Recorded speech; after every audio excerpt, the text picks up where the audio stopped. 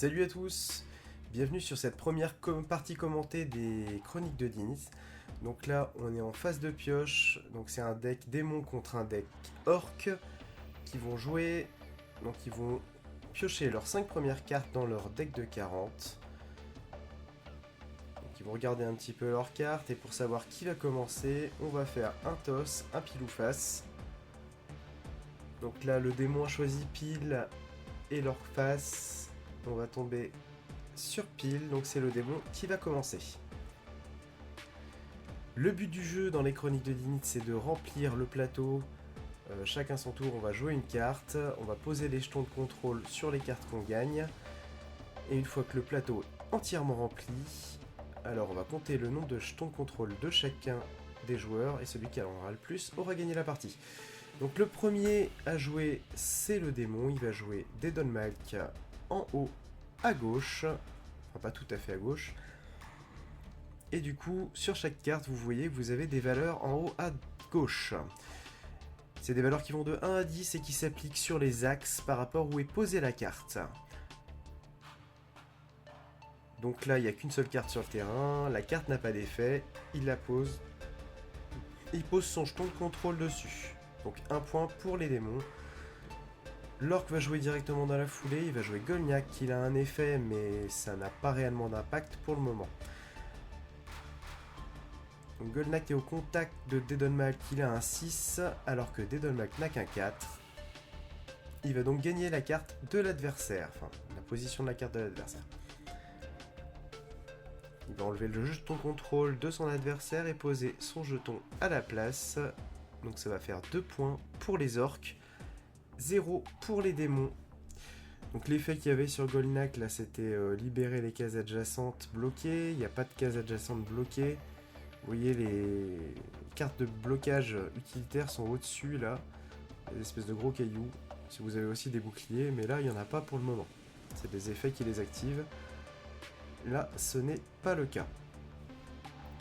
Donc ça va être au démon de jouer. Il peut jouer où il veut sur le plateau. Il décide de se mettre dans la diagonale de Deadonmalk pour essayer de récupérer la carte qu'il a perdue juste avant. Donc l'effet de la carte, il va la jouer. C'est la première chose qu'on fait quand on pose la carte. L'adversaire se défausse de 2 cartes au hasard, puis en pioche une. Donc là du coup c'est le joueur démon qui va choisir dans la main de son adversaire 2 cartes qui va les défausser. Donc il a pris au hasard Zubil et Guloche et il va les mettre au cimetière. On déclenche la bataille associée. Mathilda à 7, Deadonmalk à 4. Et du coup, il récupère la carte qu'il a perdue au tour précédent. On passe donc à 2-1 pour les démons.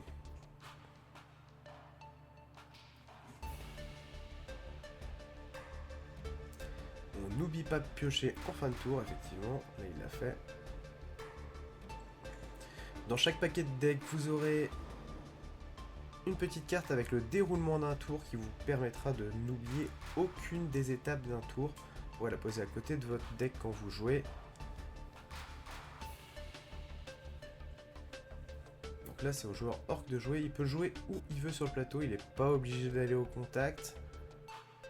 Là il va jouer Coarzul, son effet c'est lancer 3 pièces pour chaque côté face, il va appliquer -1 à un adversaire adjacent. Donc là visiblement il va le poser au contact de Mathilda, voilà. Il n'en avait pas vraiment besoin de l'effet, mais on va le faire quand même parce que c'est la première chose qu'on fait quand on pose la carte.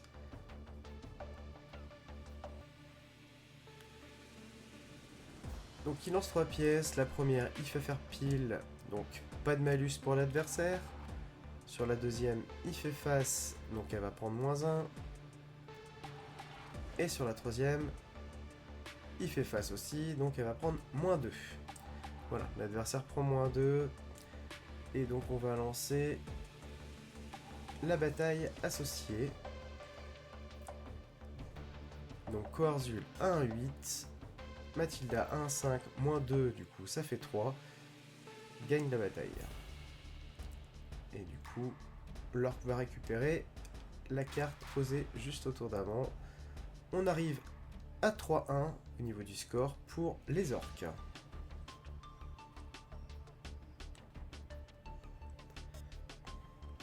Je vois la question arriver déjà. Qu'est-ce qui se passe si jamais on pose une carte au contact de plusieurs cartes? Alors, il y aura plusieurs batailles.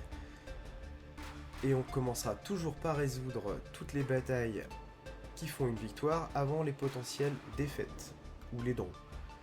Si jamais vous avez un draw, chacun va conserver sa carte. Si jamais par contre vous avez une défaite, vous allez perdre votre carte. Donc, ça veut dire que potentiellement on peut jouer les trades en essayant de choper plusieurs cartes adverses, quitte à perdre la sienne par la même occasion. Donc c'est donc au démon de jouer. Et là encore une fois, il a un peu l'embarras du choix. Faut quand même faire attention, avoir les cartes, les bonnes cartes qui vont au bon endroit. On est vite cerné par les grosses valeurs.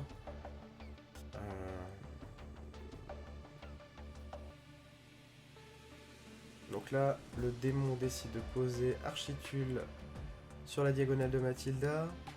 Il a un 9. Mathilda, elle n'a qu'un 6. Donc effectivement, là, il va récupérer la possession de la carte Mathilda. Et du coup, ça va bouger un petit peu encore au niveau du score.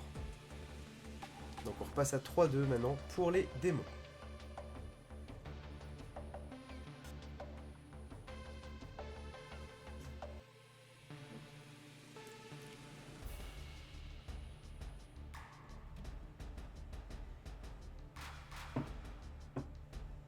Plus la partie va avancer, moins il y aura de place pour positionner ses cartes.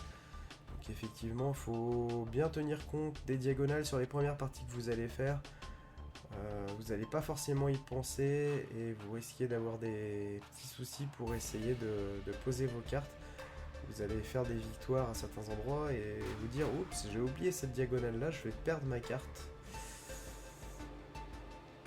Et après, ça sera un peu vous et votre chance par rapport à ce que vous allez piocher. Parce que bon, un deck de 40, vous avez que 16 emplacements sur le plateau. Potentiellement, vous allez poser que 8, peut-être 9, peut-être moins de cartes selon les effets des cartes adverses. Si potentiellement il y a des blocages de certaines zones ou des mouvements de cartes. Vous allez voir, vous avez beaucoup d'effets divers et variés. Donc là, ça va être à l'orque de jouer. Il y a un petit peu de temps de réflexion, mais bon, c'est nécessaire quand même. Ok, donc il va jouer Luc Mort. Donc c'est une carte qui a toujours l'avantage en cas d'égalité. Donc ça ne s'applique bien entendu qu'au moment où il la pose. À la fin du tour, c'est fini. Et là où il a posé, il n'y en avait pas vraiment besoin. Donc il va déclencher la bataille avec la seule carte adverse en contact. Donc il a un 10 sur la diagonale en haut à droite, là où Architule n'a qu'un 1 en défense. Donc récupérer la carte de l'adversaire. C'est plutôt un bon mouvement, il récupère une carte sur un emplacement où il n'y avait qu'un 1 et du coup il y a un 10 en défense vers le haut, un 7 à gauche, un 7 vers le bas. C'est plutôt une carte qui va être difficile peut-être à aller chercher. Donc on se retrouve à 4-2 pour l'orque, ça va être au démon de jouer. Et là il décide de jouer Abraval, c'est une carte qui n'a pas d'effet et il la joue au contact de Coarzul. On va déclencher la bataille directement. Abraval à 1-5. Sur la surface de contact, donc Coarzul il a qu'un 4. On va aller récupérer du coup la possession de cette carte là.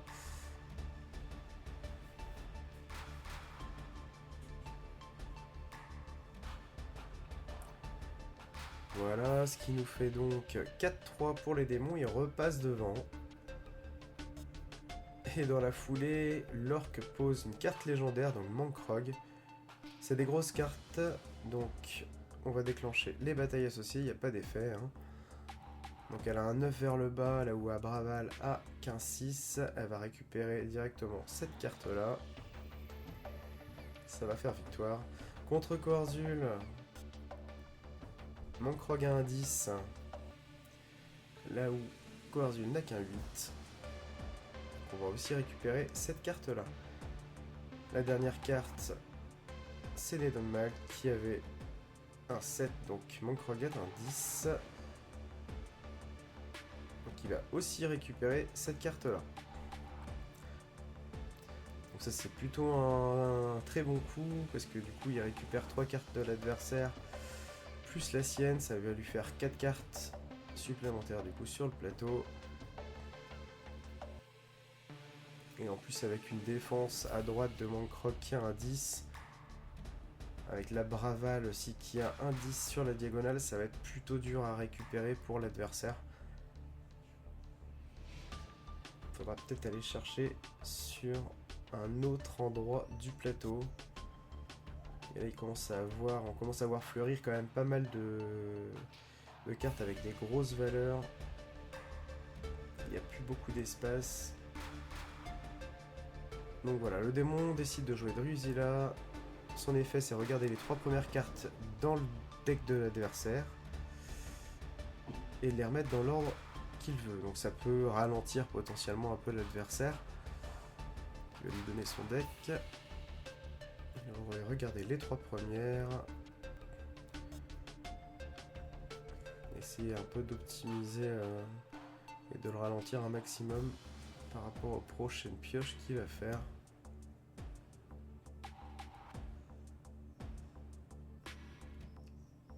Voilà, c'est organisé, c'est posé et c'est rendu. On va donc déclencher les batailles. Alors, Drusilla, qu'est-ce qu'elle récupère? Elle a un 10 vers le bas. Là où Coarzul n'a qu'un 3.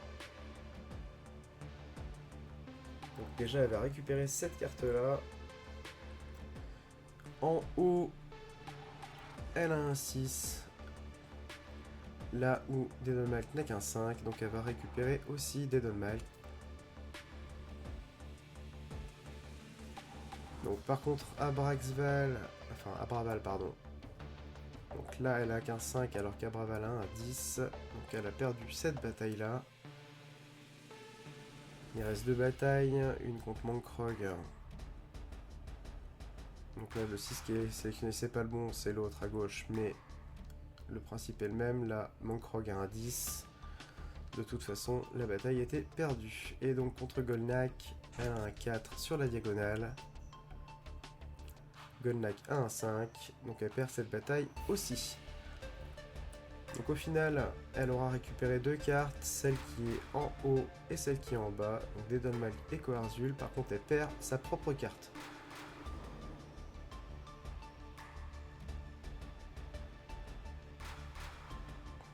Voilà, donc on arrive à 6-3 pour les orques. Je sais pas si le trade était vraiment très très bon, mais bon, voilà. Elle prend 2 cartes, elle perd une. Ça lui permet de resserrer un petit peu l'écart. Elle avait peut-être, enfin le joueur avait peut-être pas les cartes pour pouvoir aller les récupérer d'autres emplacements. Des fois il faut attendre un petit peu, temporiser, essayer de dropper des trucs. Donc là le joueur orc, il va jouer Grawl qui a pour effet +1 pour chaque orc sur le plateau, donc, y compris cette carte là. Donc c'est bien les orcs, hein, pas celles qui ont la possession. Donc il y a bien 5 orcs sur le plateau, donc ça fait +5 sur toutes ces statistiques, ce qui est quand même très fort. Donc là tout de suite elle avait 1 +5, ça fait 6 sur la valeur basse. Là où Mathilda a 4, donc elle va récupérer cette carte là, elle va récupérer la possession sur Mathilda. Et Deadonmalk, bon là il y avait 10, donc +5, on passe à 15, ce qui est déjà énorme. Il n'y avait pas forcément besoin de ça, Deadonmalk avait 9, donc il a aussi gagné cette carte là. Et là ça met un bon coup de massue au joueur qui joue démon là, parce qu'il repère 2 jetons. 2 possessions de territoire qui passent directement chez l'orc. On passe à 9-1 en score, ce qui est quand même commence à être un gros écart. Ça veut pas dire que ça peut être remonté. Voilà, on a des cartes qui ont des effets divers et variés qui permettent de retourner les situations. Et ça vous pourrez le voir quand vous ferez du deck building vous-même, parce que vous avez la possibilité pas forcément de rester sur les decks de base, mais d'aller construire votre propre deck dans la limite de ce qui est imposé par les règles. Voilà. Donc Grawl, elle a repris ses statistiques, hein. On est d'accord que l'FN fonctionne qu'au moment où elle est posée. C'est déjà assez fort, c'est des cartes qui sont de plus en plus fortes au fur et à mesure de la partie. C'est un peu le genre de carte qu'on garde pour la fin, pour pouvoir prendre un gros bonus de statistiques, pour pouvoir essayer de récupérer un maximum de cartes. Enfin, c'est comme ça que moi je la jouerai en tout cas. C'est un petit conseil que je vous donne.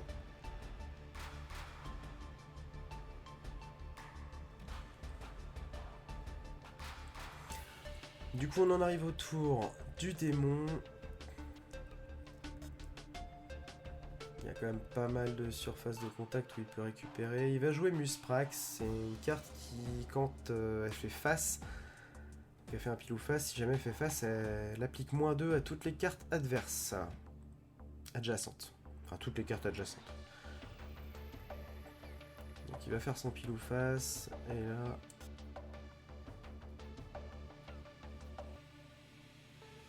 Et ben, il tombe sur face. Très bien. Donc ça veut dire que les deux cartes adverses prennent -2. Ce qui va bien l'aider, je pense, parce que autant à Braval, il n'en avait pas besoin visiblement.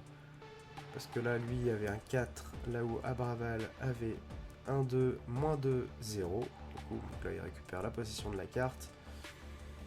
Par contre, contre Luc Mort, là, il perdait de base, puisque lui avait 2, Luc Mort avait 3, mais il prend -2.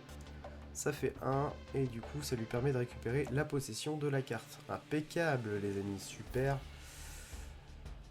Ça lui permet de resserrer un petit peu, même si là le score est pas fou encore.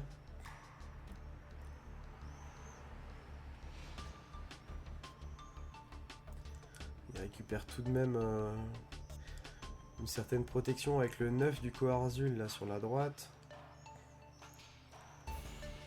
Même si c'est un petit peu risqué, on va voir ce que va jouer l'adversaire. Alors, du coup, Lord qui va jouer Mirja, et il la joue visiblement au milieu. On va déclencher les batailles directement associées. Donc, contre Luc Mort qui est en bas, donc Mirja a 1, Luc Mort a 2, qui perd la bataille.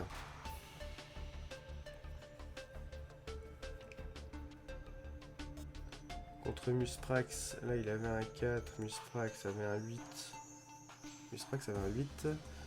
Ouais, là il perd aussi la bataille. Hein. Et contre Coarzul, il avait un 2. Bon, c'est pas la bonne la question mise, mais c'est bien un 2. Là où Coarzul avait un 9. Donc effectivement, il a perdu là aussi. C'est pour ça qu'effectivement le jeton contrôle revient au démon. En fait, il a juste sacrifié sa carte. Ça permet au démon de recoller un peu. Hein. On est à 6-5 pour les orques. C'était pas forcément un très bon move. Après, il avait pas forcément peut-être la main pour pouvoir jouer ailleurs.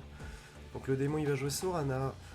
Son effet, c'est qu'il lance 2 pièces. À chaque fois qu'il va obtenir face, il va condamner donc une case adjacente, qu'elle soit vide ou non. Ça veut dire que vous pouvez potentiellement envoyer 2 cartes adverses au cimetière qui vous gênent. Donc il va faire son pile ou face. On va voir ce que ça va donner. La première fois, il tombe sur face. Donc il condamnera au moins une carte. Et la deuxième sur pile. Donc il n'y aura qu'une seule case de condamné. Donc là, l'adversaire, il a Mathilda, Architul, Grawl. Grawl, il le bat déjà, donc il n'a pas besoin de poser un blocage là-dessus. Il peut bloquer au-dessus sur la case vide s'il veut. Il peut bloquer Architul. Voilà, du coup, non, il a décidé de bloquer Mathilda. Donc Mathilda va partir au cimetière de son possesseur, donc au cimetière du joueur orc, du coup. On va déclencher les batailles. Donc Sorana, elle a un 5, Grawl il a un 2. Donc là pour le coup, le démon va récupérer au moins une carte. Ouais, par contre en bas là effectivement il a que 2 en puissance, là où il y a un 10 pour Architul, donc le joueur orc va récupérer la possession de Sorana, là où effectivement en fait le démon ne récupérera que Grawl en haut.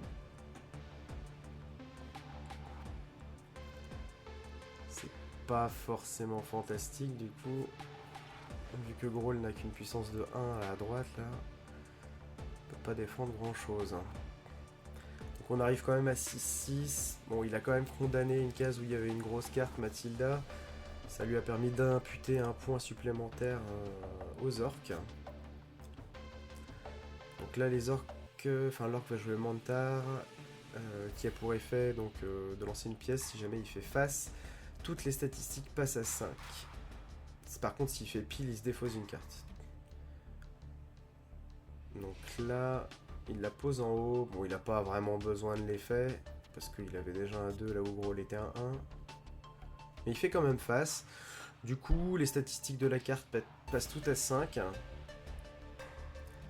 On va déclencher les batailles associées, voilà, donc du coup c'est pas 2 mais c'est bien 5 qu'il a. Là où Grohl n'a qu'un seul point, du coup bah effectivement on va récupérer du côté des orques là la possession sur cette carte qui venait d'être perdue au tour d'avant. Et du coup on arrive à un score de 8-5 pour les orques. Donc là l'étau se resserre un petit peu là, côté démon, ça devient un peu compliqué. Il reste 2 emplacements sur le plateau, ce qui ne veut pas dire que la situation restera telle quelle, puisque vous avez quand même des effets de cartes qui vous permettent de libérer de la place. Là le démon joue Vraxus qui lui permet d'envoyer une carte de la main de son adversaire au cimetière, au hasard. Hein. Donc il va aller, le joueur démon, piocher une carte au hasard dans la main de son adversaire, la mettre au cimetière. On a Akkad, bon, elle n'est pas partie dans le bon cimetière là, sur la vidéo, mais c'est pas grave. Pas au cimetière quand même. On va jouer la résolution. Vraxus prend la possession d'Architule avec un 8 alors qu'Architule n'a qu'un 7. C'est la seule bataille qui était à résoudre de toute façon. Parce que les autres cartes étaient en sa possession déjà au démon. Ça lui permet aussi de bloquer et qu'on ne vienne pas récupérer la possession de ces cartes-là. Donc on est à 7-7, potentiellement là, l'orque peut finir le boulot. Il va jouer Roi Ogozor, qui a pour effet d'envoyer une carte adjacente au cimetière. C'est un petit peu dommage, parce que du coup l'effet étant obligatoire, on est obligé de le jouer là. La carte en elle-même permettait de prendre possession des 3 cartes autour et lui assurer la victoire. Mais là il va devoir envoyer une des cartes au cimetière. Donc, soit Musprax, soit Abraval, soit Coarzul. C'est un peu comme il veut. Donc là il a décidé d'envoyer visiblement Coarzul au cimetière. Voilà. Donc il a remis Coarzul au cimetière. Et donc on va résoudre les conflits. Ogozor avec un 4 gagne contre Musprax qui avec un seul point statistique sur la surface de contact. Sur la bataille du haut, Ogozor avait 6, Abraval à 3. Et donc effectivement là Ogozor va récupérer le contrôle sur les 2 cartes qui étaient au contact. Et là ça fait mal parce que du coup on va passer à 10-4 en score pour les orques. C'est pas perdu hein, parce que il y a 5 cartes sous possession orque qui sont au contact de cette dernière case, donc on va voir ce qu'il va jouer. Donc le démon joue Riez Jaden qui a pour effet d'aller chercher une carte commune de votre choix dans votre deck et l'ajouter à votre main. Donc quand vous faites ça, effectivement, vous allez chercher une carte commune et bon, effectivement, vous remélangez votre deck hein, une fois que vous avez fait ça. De toute façon, à chaque fois que vous avez une carte qui vous demande de piocher, donc là, il a récupéré Drakmalk qui ne sera pas joué parce que là, on est sur le dernier coup de la partie de toute façon, parce que tout est rempli. On va résoudre les batailles. Riez Jaden vers le bas a une statistique de 10 pour 8 contre Musprax, donc du coup il va gagner la bataille. Contre le roi Ogozor, là encore il a un 10, il va récupérer la possession d'Ogozor qui n'a que 9.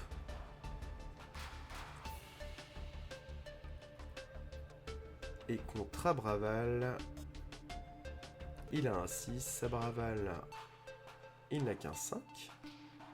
Et ben c'est impeccable. Encore une carte qui va récupérer. Mankrog, par contre, là, c'est une autre paire de manches. Parce que lui, il n'a que 9, alors que Mankrog a un 10.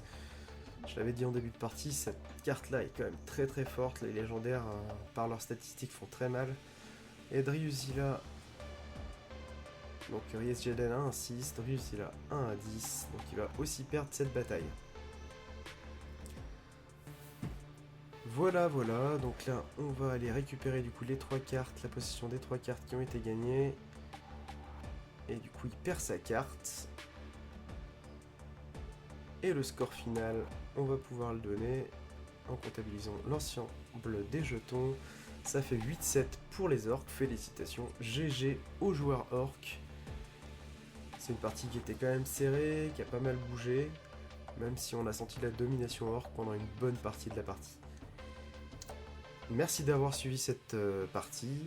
Il y en aura beaucoup d'autres qui vont venir. N'hésitez pas à nous suivre sur les réseaux sociaux, Instagram, Facebook, YouTube. Vous pouvez activer la cloche et vous abonner. Merci à tous. Salut!